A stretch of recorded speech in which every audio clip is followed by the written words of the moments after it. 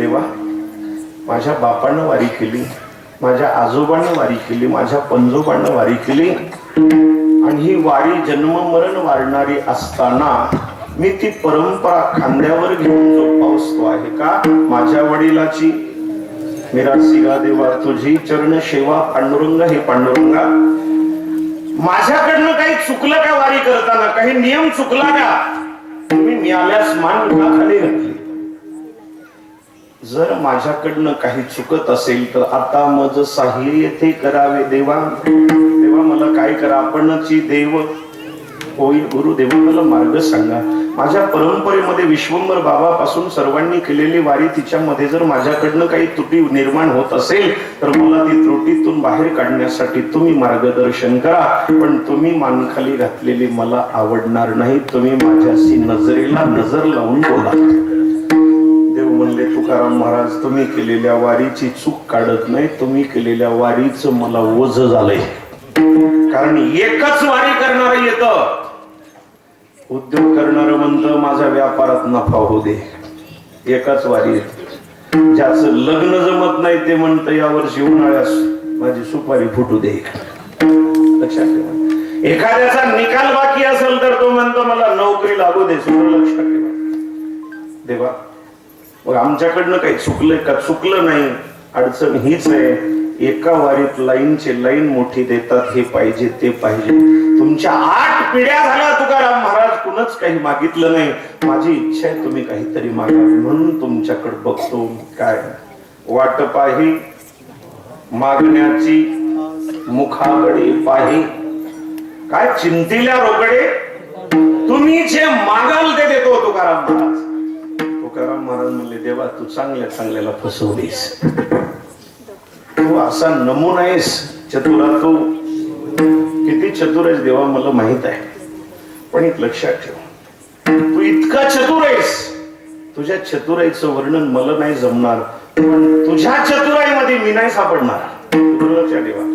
समोरच्याचा डाव नका कळू द्या, पण आपण त्याच्या डावात सापडणार नाही हे आपल्याला कळावं. सूत्र लक्षात येते का? तेव्हा तू चतुर आहेस पण तुझ्या डावात मी सापडणार नाही. तुकाराम महाराज म्हणले काय अपेक्षा आहे देवा तुझी? तुकोबरायला म्हणले देवा काय अपेक्षा आहे? तेव्हा देव म्हणले तुकाराम महाराज माझी एकच इच्छा आहे, तुम्ही या वारीत माझ्याकडे काहीतरी मागा. तुकाराम महाराज म्हणले देवा तुला कळतं काय? गांजा केला का तू? कारण बडबड कोण करते? ज्ञानोबाईने माझ्या सांगितलं वाया व्यर्थ कथा व्यर्थ बडबड करू. तुकाराम महाराजाला देव म्हणले तुकाराम महाराज तुम्हाला गरज नाही, तुमची इच्छा नाही, तुमची परंपरा नाही, पण माझी इच्छा आहे. कोण म्हणते? कोण? बघा देवाचा स्वभाव, जीवाचा स्वभाव, संतांचा स्वभाव, प्रत्येकाचा स्वभाव असतो. ह्या माऊल्यांचा एक स्वभाव असतो पहा. एका गल्लीत एक गोष्ट सांगायची, कुणाला सांगू नको. अख्ख्या देगावामध्ये ती गोष्ट फिरते. एका माऊलीनं मालकाला विचारलं तुम्ही गपचुपच आज घरात गेलात? ते म्हणला कुणाला सांगू नको, आपल्या मधल्या घरात गजाला टांगून ठेवलेलं मी एक जणाचं मूर्ती आहे. महाराज मध्ये गेली, बघितलं थेंब थेंब थेंब थेंब रक्त पडू लागलं. त्यानं सांगितलं कुणाला सांगायचं? ती म्हणली अजिबात नाही सांगणार. आणि बघता बघता नांदेडहून पोलीस आले. डायरेक्ट घरीच गेले. पोलीसवाल्याला विचारलं साहेब कसं येणं केलं? तुमच्या घरी माणसाचं मुंडकं कापून आणले, तुम्ही कोणाला मारलं? त्यानं सांगितलं साहेब कोणताही दंड मंजूर आहे, पण मला फक्त सांगा ही बातमी तुम्हाला कोण दिली? मग म्हणले भास्कर पाटलांनी दिली, कीर्तन आलते. भास्कर पाटलाला विचारलं कोणी? म्हणले सिद्धनाथच्या बामनाजी पाटील संभाजीरावने दिले. हे बघत बघत जे लागलं. आता ती चौकशी सुरू झाली. ती चौकशी कुठे येऊन थांबली? कुठं? स्वतःच्या बायकोजवळ. शेजारणीनं मग ते म्हणला मला आता पोलीस स्टेशनला पाठवली. ती म्हणली माय मी एकाच चिंगूबाईला सांगितली होती. चिंगूबाईनं गंगा सुरू केली पोलीसवाल्याला सांगितलं हे खरं नाही खोटे, त्याच्यात ते काही नाही. दुसरं ते पळसाची पानं लाल दाबली तर त्याच्यातून थेंब पडतात. मला सांगायचे ही गोष्ट राहते का? यांचा काय तो, आणि धर्मराजानं दिलेला शाप आहे. जेव्हा तर्पण करण्यासाठी पांडव गेले तेव्हा कुंती म्हणते, धर्मा, कर्ण माझा पहिला मुलगा आहे. कर्ण पांडवरे पहिला मंत्र सूर्याचा जपला, लक्षात ठेव. तेव्हा धर्मराजा म्हणतो, आई जर कर्ण आमचा भाऊ आहे म्हणून सांगितलं असता तर त्याची आभाप्रभा, त्याचं शौर्य, त्याचं क्रौर्य, त्याचं सौंदर्य आणि त्याची युद्ध कौशल्य भूमिका जर आम्ही पाहिली तर आम्हाला वाटतं की आम्ही त्याला सिंहासनावर बसून आम्ही राज्य केलं असतं. पण तू सांगितलं नाही म्हणून स्त्रियांना शाप आहे की मनात काही राहणार नाही, तो स्वभाव उडून गेला. बघा, देवाचा स्वभाव मागत नाही, त्याला आग्रह करतो. संताचा स्वभाव घ्या देवानं म्हटलं तरी नको म्हणतात. आपलं कसं जीवाचा स्वभाव, जेव्हा एवढं घर चांगलं होते, घर झालं, 4 एकर जमीन होते ते झालं, मुलाचं लग्न होते ते झालं, नोकरी झाली ते झालं, नातू झाला ते झाला, तरी माणसं म्हणतात आता काय करा, पण तो हो द्या. कारण ते अपेक्षित ओझ थांबत नाही. म्हणून लक्षात ठेवा, देवाचा स्वभाव आग्रह करतो, संताचा स्वभाव आग्रह केला तरी घेत नाहीत. आणि जीवाला कोणी भेटलं नाही तरी यादी करून मागितल्याशिवाय तुकोबाराय म्हणले, देवा तुझी इच्छा आहे ना, मग तुझ्या इच्छेसाठी मी मागतो. त्यावेळेला देव इतका आसुसलेला नजरेनं पाहू लागला. तुकाराम महाराज म्हणले, मनसी काही मागा. तेव्हा तू मागा मागा म्हणतो का, मग काय दे, तुझा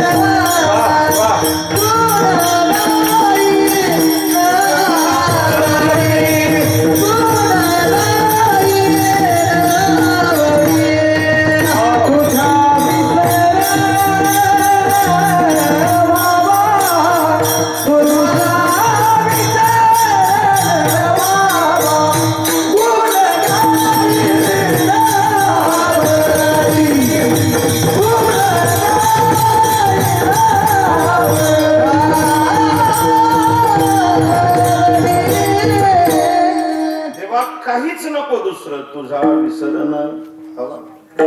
चकार दिला तुकोबराने, हेची दान देगा देवा. काय दे, तुझा विसर न व्हावा. ज्या देवाकडे तुकोबराने मागणी केलेली आहे, मागणं केलेलं आहे, तो देव घडवलेला नाही, बसवलेला नाही घडविला नाही बैस. तो काय, कारण देव बसवले जातात, घडवले जातात. कसे, शिळा तांब्याचे पाठ मांडूनी मना येईल ते नाव ठेवले या जनासी.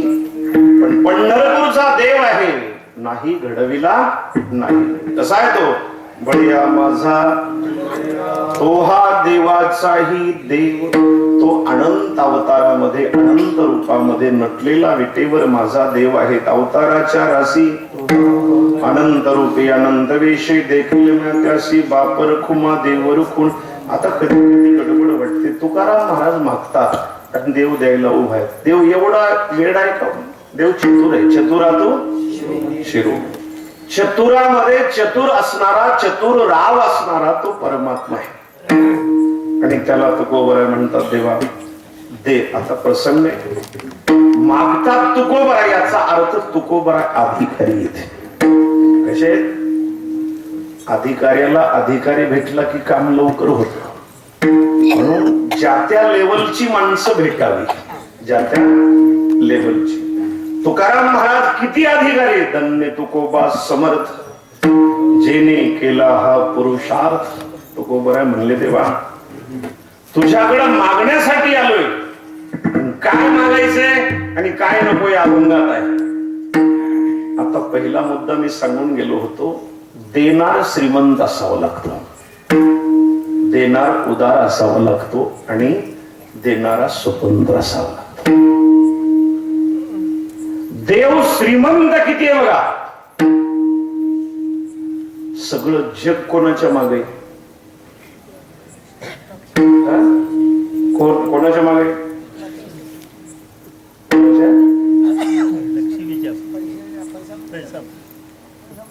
कोणाच्या मागे? हा, इकडून शब्द चांगला आला. कशाच्या? सगळ्या जगाला काय पाहिजे? लक्ष्मी, धन, पैसा. बरोबर आहे. जववरी चाले धंदा तववरी बहीण म्हणे. कारण का? जोपर्यंत मालकाच्या खिशात पैसे आहेत तोपर्यंत बाहेरून आल्या आल्या चहा देतो. कोण? कोण? महादेवाची, महादेवाची पार्वती. आणि जर करता पैसे खिशात नसले तर पार्वती जगदंबा होते. लक्षात येते? जवळवरी चाले पण लक्षात. तुकाराम महाराज म्हणतात तेव्हा पहिलं बघू दे तू श्रीमंत कितीस. देव किती श्रीमंत आहे. हो, देवाची दासी आहे लक्ष्मी. दासी पाय लक्ष्मीचे हाती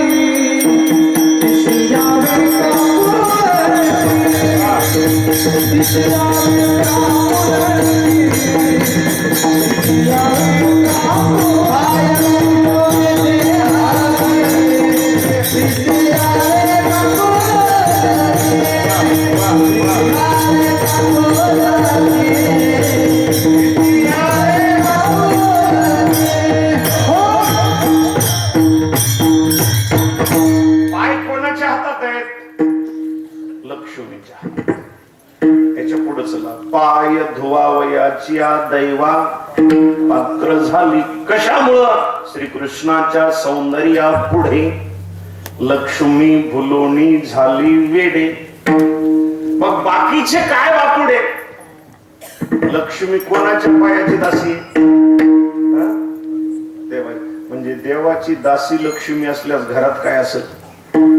लक्षात ठेवा. देव श्रीमंत आहे. किती श्रीमंत? कुबेराला सुद्धा धन देण्याचं सामर्थ्य ज्याच्याकडे, एवढा देव श्रीमंत आहे. उदार, उदारही आहे. माझ्या पांडुरंगा साडी खातो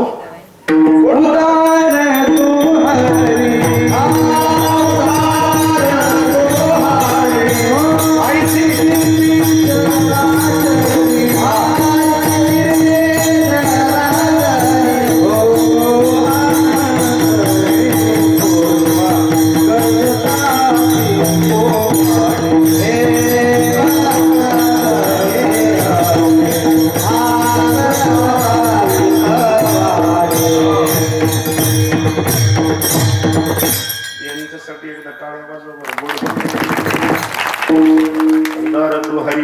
कीर्ती चराचर. देवा तुझी कीर्ती. तुका म्हणे तुझं वर्णिती पुराणी. देवा तुझं वर्णन पुराणांनी केले, मी एकट्यानं वर्णन करून काय.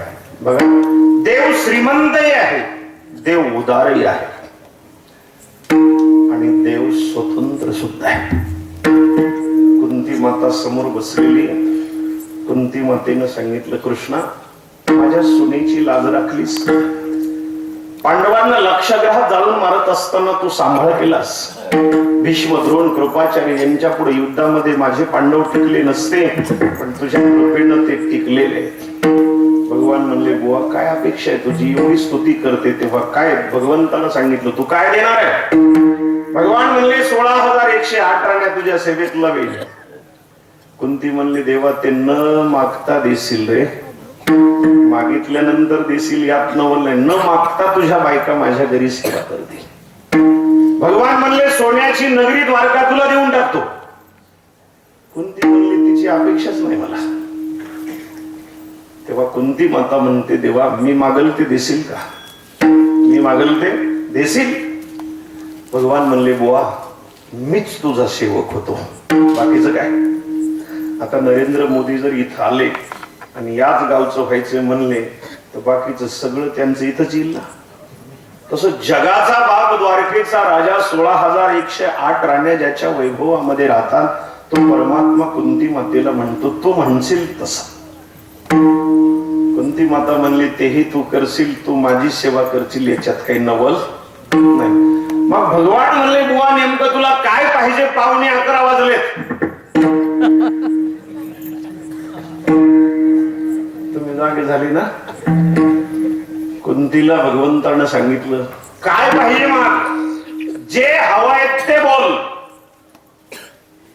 कोणालाही माणसं म्हणतात तुला काय हवंय ते माग देईल मी. हे बघा कधी एवढं आयुष्यामध्ये देतो म्हणून पुढे जायचं नाही, कारण मर्यादा उल्लंघन करून द्यायचं असलं तरी देता येत नाही, घ्यायचं असलं तरी घेता येत नाही. काही गोष्टी मर्यादेतच असतात आणि मर्यादेतच ठेवलेल्या बऱ्या असतात. कुंती म्हणली देवा मी मागल ते जर तू दिलास, मी मागल ते जर तू दिलास तर तुला खरा शूर म्हणेन. भगवान म्हणले माझ्याकडनं काय युद्ध करताना चुकलं का काय, कारण कोणीतरी कोणावर अंकुश ठेवला पाहिजे, काहीतरी गडबड झाली असं देवाला वाटू लागलं. कुंती म्हणली देवा गडबड नाही झाली पण देत असताना तू जरा कंजूशी करशील म्हणून भीती वाटते. भगवान म्हणले बुवा माझ्याकडे जेवढे तेवढं द्यायला तयार झालो, तू म्हणते काय देणार नाही. कुंती म्हटली देवा देशील ना. हा मग एक लक्षात ठेव, अगोदर माझ्या डोक्यावर हात ठेव. कोण म्हणते कुंती. भगवान म्हणले बुवा तुझ्या डोक्यावर हात ठेवतो, तू म्हणशील ते.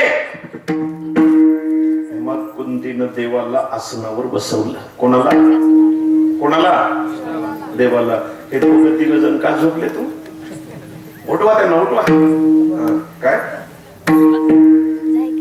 कुंती मातेनं सांगितलं देवा सिंहासनावर बसा. देवाला सिंहासनावर बसवलं. कुंतीनं देवाचे पाय धरले. चित्ती तुझे पाय डोळा रूपाचे ध्यान, अखंड मुखी नाम तुमचे. देवा आतापर्यंत तुमचे चरण माझ्या हृदयात ठेवलेत मी, डोळ्यानं तुम्हाला रात्रंदिवस पाहिलेलं आहे आणि माझ्या मनामध्ये तुमच्या रूपाशिवाय दुसरं काही येणार नाही. बुवा म्हणले काय मागून मागून मागितलंस तू, काहीतरी माग. कुंती म्हटली देवा आणखी बोललेच नाही तर तू माग मागच म्हणतो, मी मागणार आहे ते दे. कुंती मातेनं आपला पदर काढला. काय केला, पदर काढला आणि देवाच्या पुढे पसरला. भगवान म्हणले बुवा त्या पदरात मी बसू का. काय म्हणले त्या पदरामध्ये. कुंती म्हटली देवा या पदरामध्ये तुला मी सांभाळलंय, बसायची काय अडचण आहे, मी तुझी आत्या आहे, पण आज मी पदर पसरते तुझ्याकडे काहीतरी मागण्यासाठी. भगवान म्हणले सगळं देतो म्हणलं तरी आता म्हणते काहीतरी मागायचे. बुवा माग. देवा या जगामध्ये जेवढं दुःख आहे ना, काय लक्षात ठेवा, या जगात जेवढं दुःख आहे ते माझ्या जोडीत टाक. देवाच्या डोळ्यातून घळघळ अश्रू वाहू लागले. नेत्र सजल झाले, वाणी कुंठित झाली, शरीर पुलकित झालं. भगवान उभे राहिले आणि कुंती मातेच्या डोक्यावर दोन्ही हात फिरवले. कोणाच्या कोणाच्या लावणी हात वाळी. एक लक्षात ठेवा माय बाप, एक तर देवाचा हात डोक्यावर बसावा, दोन संतांचा हात डोक्यावर असावा आणि तिसरी गोष्ट जन्मदात्या मायबापाचा हात डोक्यावर फिरावा.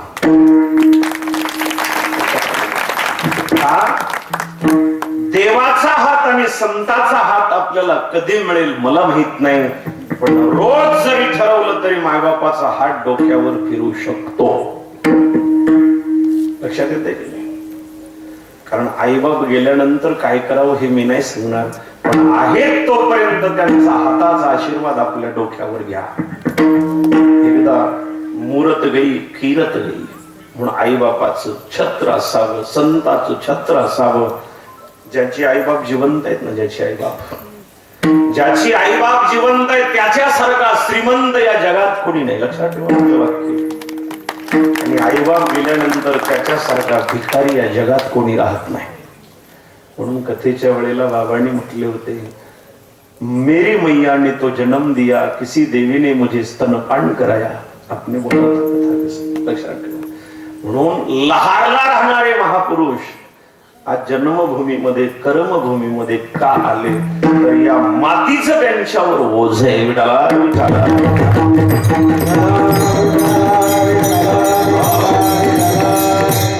तुम्ही जर वरवर पाहिलं तर कुंतीनं देवाला दुःख मागितलेलं आहे, पण त्याच्यातलं अध्यात्म जर पाहिलं तर सूत्र बघा, विपद संतो न शश्वत तत्र तत्र जगद्गुरु भवतो दर्शनम यच्छात पुनर्भव दर्शनम. तुम्हाला जरी मागणी दुःख मागितलेली वाटली, मला इथं बसलेले सर्वजण सांगा, देवाची आठवण दुःखात येते का सुखात? बोला बोला. गळ्यामध्ये 4-5 तोळे सोनं, कानामध्ये 2-4 तोळ्याचे झुमके, हातामध्ये ब्रेसलेट, अंगठ्या, चालायला गाडी बसायला अजिबात देव आठवत नाही. दाढ दुखू लागली, दुख में सुमिरन सब करे, सुख में करे न कोई, जो सुख में सुमिरन करे, दुख काहे को होय कबीरा, दुख काहे को. सगळेजण देवाची आठवण कधी काढतात? कधी? लग्नात फेटा बांधताना. लग्नात फेटा बांधताना देव आठवतो का? रात्रीच्या 2 वाजता टायर पंक्चर व्हावं, कोण आठवतं? जोपर्यंत कीर्तन करतो तोपर्यंत पाकिटच आठवतो. 2:30 वाजता रोडवर गाडी पंक्चर झाली, कोण आठवतो? देव कधी आठवतो? याचा अर्थ कुंती मातेनं दुःख मागितलं, पण याच्यातला गर्भित अर्थ आहे देवाचं चिंतन मागितलं. सुख के माथे सील पडे, जो हरि हृदय से जाय, बलिहारी उस दुःख की जो पल पल राम जपाय. त्या दुःखाचा देवा स्वीकार आहे की ज्याच्यामुळे आम्हाला तुझं स्मरण घडलं. तेव्हा मला एक सांग, तू द्वारकेला का चालला? भगवान म्हणले, तू द्वारके हस्तिनापूरची राणी झाली, आता तुला भीती राहिली नाही, आता तुला संकट राहिलं नाही. कुंती माता म्हणली, तू आमच्या पासून नजरे पडून जाऊ नये म्हणून जगातली दुःख माझ्या झोळीत टाक. याचाच अर्थ आहे तुझा विसर न पावा. आणि देवा तुझा जर विसर नाही झाला, गुण गाईन आवडी. चला, चला, चला, चला.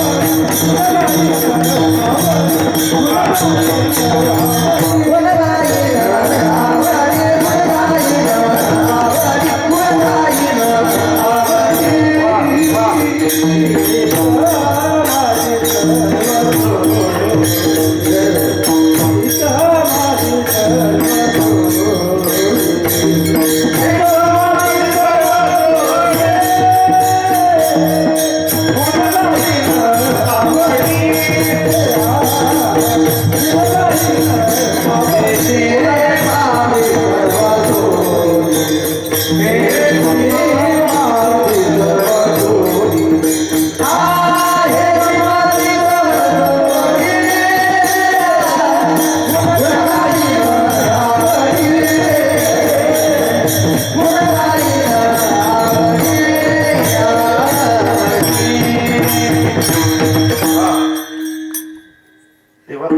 विसर नाही झाला तर मी काय करीन? गुण गाईन. बघा, कधी कधी अहंकार माणसाच्या जीवनातला सर्वात मोठा शत्रू आहे. एके दिवशी नामदेवरायला सर्व साधू संतांनी, सुरवरांनी, महादेवांनी सांगितलं, नामदेवा आतमध्ये जायचा तुम्हाला अधिकार आहे. कुठं? बघा, देवाच्या सेज घरापर्यंत जाण्याचा अधिकार नामदेवाला आहे. सेजे हलवणी जागे करा. दुकानला जायला उशीर झाला तर येऊन घरचे उठवतात, उठा. तसं नामदेवरायला अधिकार होता. नामदेवराय आतमध्ये गेले आणि रुक्मिणी यायचं नामा मध्ये यायचं. नामदेवराय कोवळ्या मनाचे द्वारात थांबले.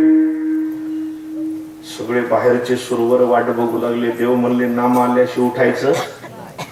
महाराज रुक्मिणीनं स्नान केलं, सुंदर साडी घातली आणि रुक्मिणी मातेनं ताट सोन्याचं सजवलं, त्याच्यात आरती ठेवली.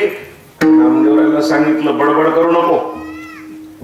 सगळ्यांच्या समोर रावळामध्ये देवाची आरती कोण करणार? मी. माझा अधिकार आहे. मी कोण आहे देवाची?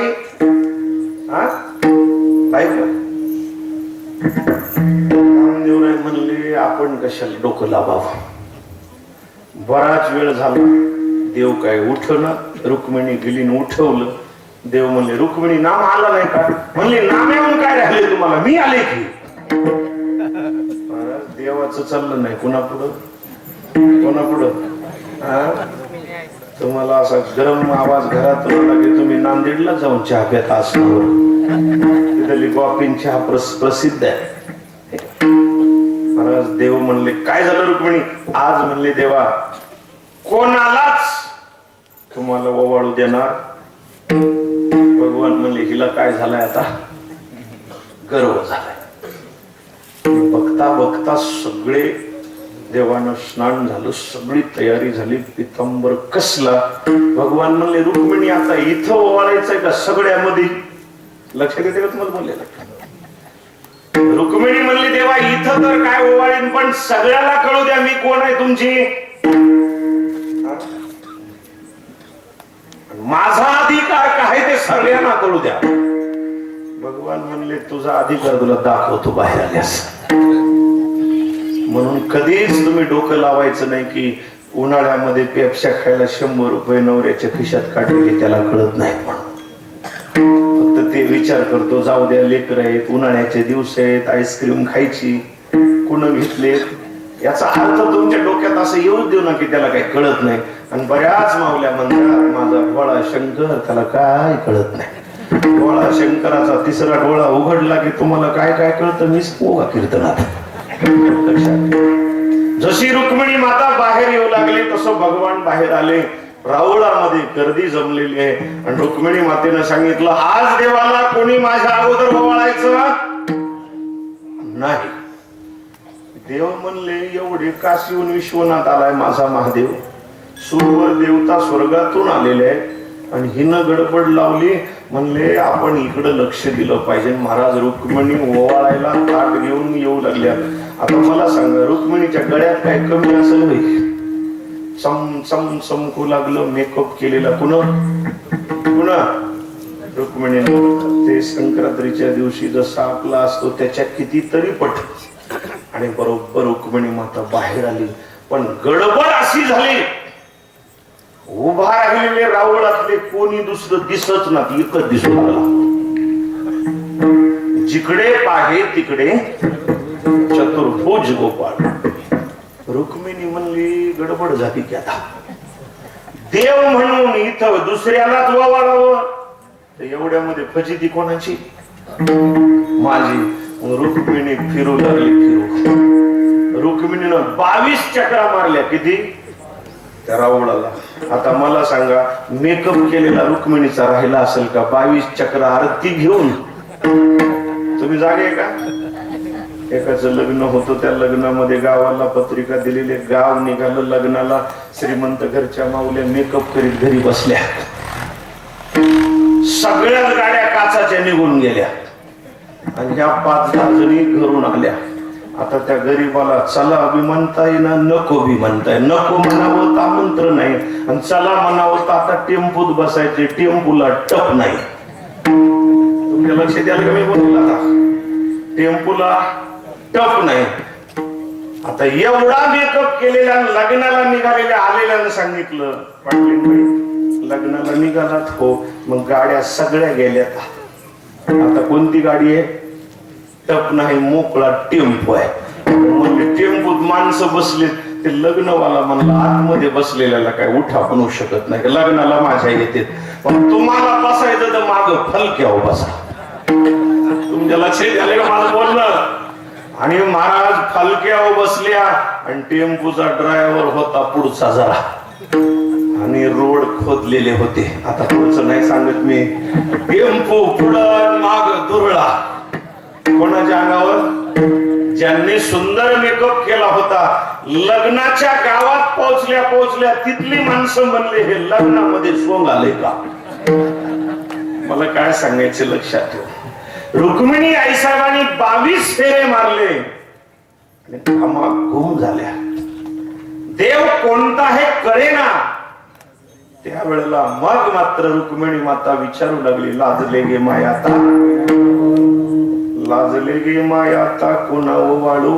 देव म्हणले तुझ्या लाजण्यावर मी द्वारका सोडून कौंडाण्यापूरला आलतो. तुझं 7 श्लोकाचं पत्र मला मिळालं. मला युद्ध होईल का माझा मृत्यू होईल हे कळालं नाही. मी कौंडाण्यापूरला भीष्मक राजाकडे आलो होतो रुक्मिणी, पण तू जरा इथं पुढची निघालीस. आता तुला काय दाखवलं पाहिजे? तुझं जागा दाखवली. कारण तू कोणालाही बोललीस तर मला सहन होईल, पण माझ्या भक्त नामदेवाला बोललेलं तो मला सहन झालेलं नाही. कारण माझ्या मुलापेक्षाही मला नामदेव प्रिय आहे. माझ्या मुलापेक्षाही महाराज रुक्मिणी माता फिरलेली, घामाघूम झालेली, आरती तेवत लावलेली, आणि सगळेजण म्हणू लागले आईसाहेब ओवाळा की देवाला. ती म्हणली ओवाळा ओवाळा म्हणाला. मी कोणाला ओवाळू? सगळेच सारखे दिसायला.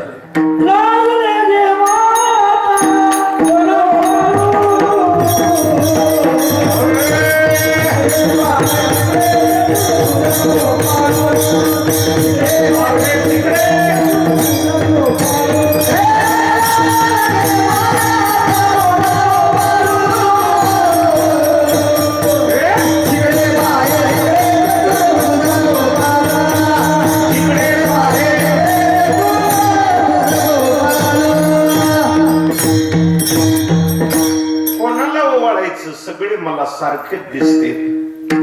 शेवटी ज्याचा अपमान केला, ज्याला गप्प बसायला लावलं, देव म्हणले माझी भेट घेण्यासाठी हरिप्राप्तीसी धरावी. महाराज रुक्मिणी आईसाहेब गेल्या. नामदेवरायने पुन्हा बोलायला सुरुवात केली. आईसाहेब तुमचं डोकं दुखतंय का? काय? बऱ्याच जणांचं डोकं दुखत. का दुखत माहित नाही, पण रुक्मिणीचं डोकं दुखलेलं नामदेवरायच्या लक्षात आलं. मग नामदेवराय म्हणले आईसाहेब डोकं दुखतंय का? तुमची तब्येत बरी नाही का? नामा मी तुझ्या पाया पडते. कोणाला? नामदेवराय म्हणले माझा देव माझा बाप आहे, तू माझी आई आहेस. आणि आईनं मुलाच्या पाया पडत नसतात. नेमकं मला सांग काय झाले? नामा सगळेच मला सारखे दिसतात रे. आणि देव एका कोपऱ्याला तिथं शेजारी येऊन ऐकलं. नामा गप्प जरा जरा थांब, अकराला आणखी 5 मिनिट तुम्ही. नामदेवराय म्हणू लागले देवा माझ्या आई साहेबाला तुम्ही असा त्रास द्यायचा नाही, लवकर तुम्ही प्रगट व्हा. नामदेवराय म्हणले देवा तू प्रगट हो. तेव्हा देव म्हणले नाम्या तुझ्यासाठी जेवढं केलं तूच म्हातारीच्या बाजूने गेला का? शेवटी नामदेवराय म्हणले साहेब हा वर्म सापडल्याशिवाय भेटत नाही. तुका म्हणे त्याची. नामदेवराय म्हणले तुम्हाला देव जर या सगळ्यामध्ये सारखा दिसत असताना कोणता ओळखायचा तर मी तुम्हाला खूण सांगतो. विष्णू दास नामा येणे दावी.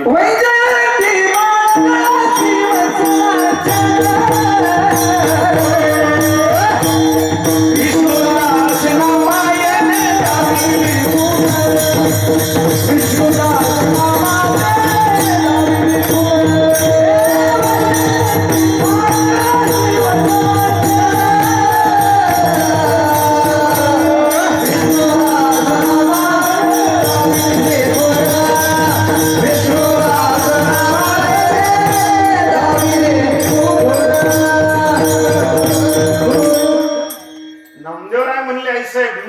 तुम्हाला नेऊन उभं नाही करणार, पण खूण सांगतो. वैजयंती माळगळा श्रीवत्सलांछ विष्णुदास नामायेने दाविले खून.